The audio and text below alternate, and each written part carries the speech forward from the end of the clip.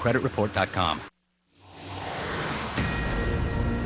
You know, this entire debt deal was looking all but dead, or certainly on life support, until quietly and without much fanfare, Mitch McConnell, the Senate Minority Leader, was working on an alternative plan that many say set the stage for the plan that will ultimately be voted on in the House of Representatives a little more than an hour and a half or so from now, maybe a little later, and likely the Senate tomorrow. With me now, the Senate Minority Leader, Mitch McConnell. Senator, very good to have you. Neil, glad to be with you. Handicap the House. What do you think it looks like? Oh, gosh, I don't serve over there.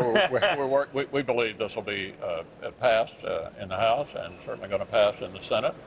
And it'll be a signal to the American people that we're going to begin to get our financial house in order. This is an important first step. Up to $3 trillion in spending reduction with no tax increases anywhere in this bill.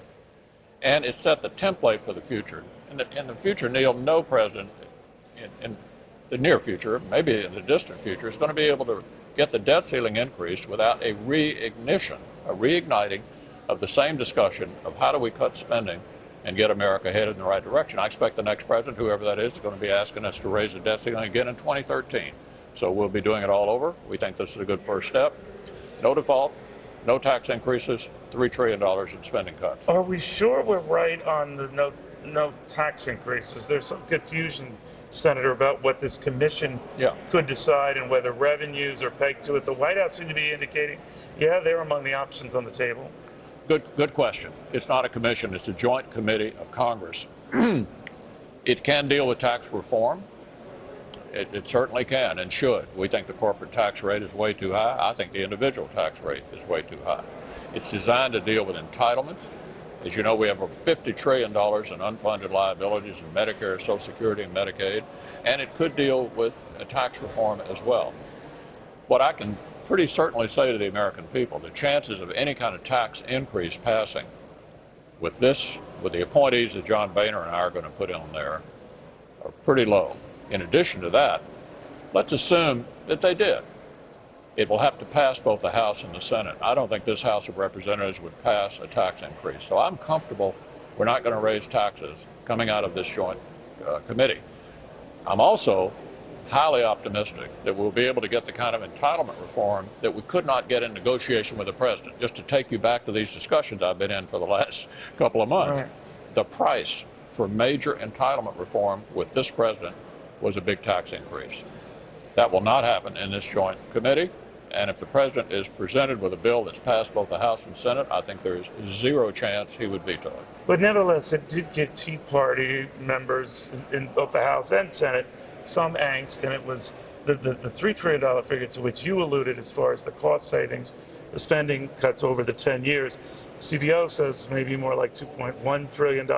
I guess the reason why I mention it is because Senator Coburn, as you probably know, has said, I'm a no vote on this. Yeah. We've talked to Kristi Noem in the House, who, even though she's for this, she envisioned maybe they'll peel off another 30, 35 largely Tea Party freshmen who will not like this because of that. Yeah, well, what I would say to our friends in the Tea Party movement, without them, we wouldn't be having this discussion. We wouldn't be cutting anything. So there isn't any chill between the... No, look, but for the last election, we wouldn't be having this conversation. In the previous Congress, when the Democrats ran everything, we increased spending 24%, we increased the debt 35%. It's completely changed the conversation. We're going in a different direction. And at the risk of being redundant, let me say again, we'll be back with the next president when he asks us to raise the debt ceiling, going for the second step, and then the third step.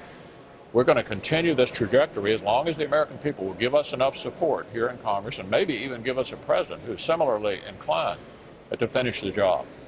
Now, the ratings agencies have said prior to this, Senator, we'd love to see $4 trillion in cuts. It was sort of like an open-ended target. It's going to be well shy of that. What would you think if they, despite all your hard work and others to cobble together this deal, they downgrade our debt anyway? I don't think they're going to do that. And if they knew that what I'm telling you, that the price for $4 trillion was a big tax increase, I wonder how they'd feel about that. With this guy in the White House, $4 trillion was simply not achievable without a major tax increase. So this is the best deal you could get. Controlling 1/3 of the government. Okay, so the S&P, the Moody's folks, you think would be okay with that? Well, they'll have to tell us whether they are or not. Right. But, you know, this is the best we could get controlling 1/3 of the government. We've completely Because changed. if they downgraded it, it would wipe out in higher interest rate costs a lot of the progress you made. It would. And, so you'd be disappointed. And if the Democrats were still running the place, we'd certainly have a downgrade because we wouldn't be cutting anything.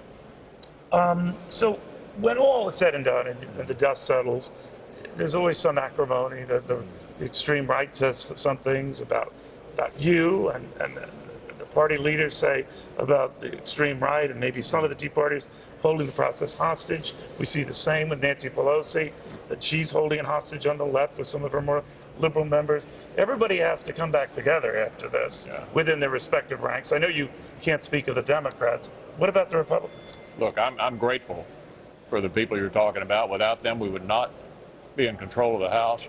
We would not have a robust minority in the Senate, and we would not be having this conversation at all. And the people who are going to vote against this bill in the House and Senate wanted to do more. And all I would say to them, change the Senate, change the president, and we will do more.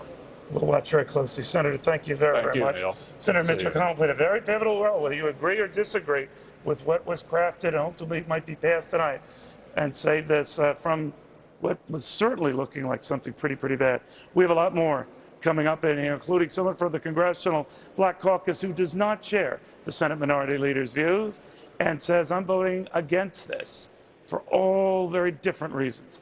Stick around. You're watching continuing live Fox coverage of a momentous vote about an hour and a half away. Stick around. This program is brought to you by Mercedes-Benz. Experience truly great engineering.